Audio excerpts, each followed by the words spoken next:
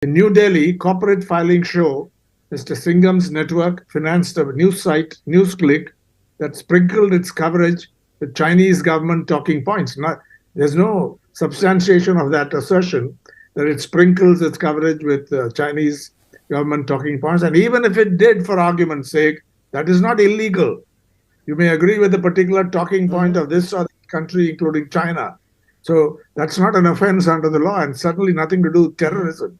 And then it says, it refers to one video. So that's an important point you're making. You're saying, you're making an important point. You're saying even if, let's assume that NewsClick was putting out a commentary that may be similar to what possibly China was doing, that is not a crime, A.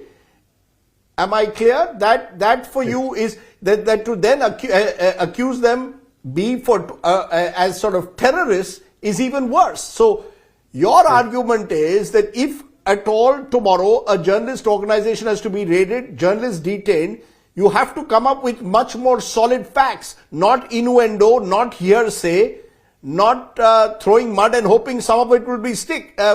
Am I right? Yes, absolutely. That's exactly what we mean. And this is not going to stick in any court of law if there is to be justice, because there's no connection between what we know about the matters alleged, matters referred to, and the charges. There's nothing there. There's no Chinese money that has come in.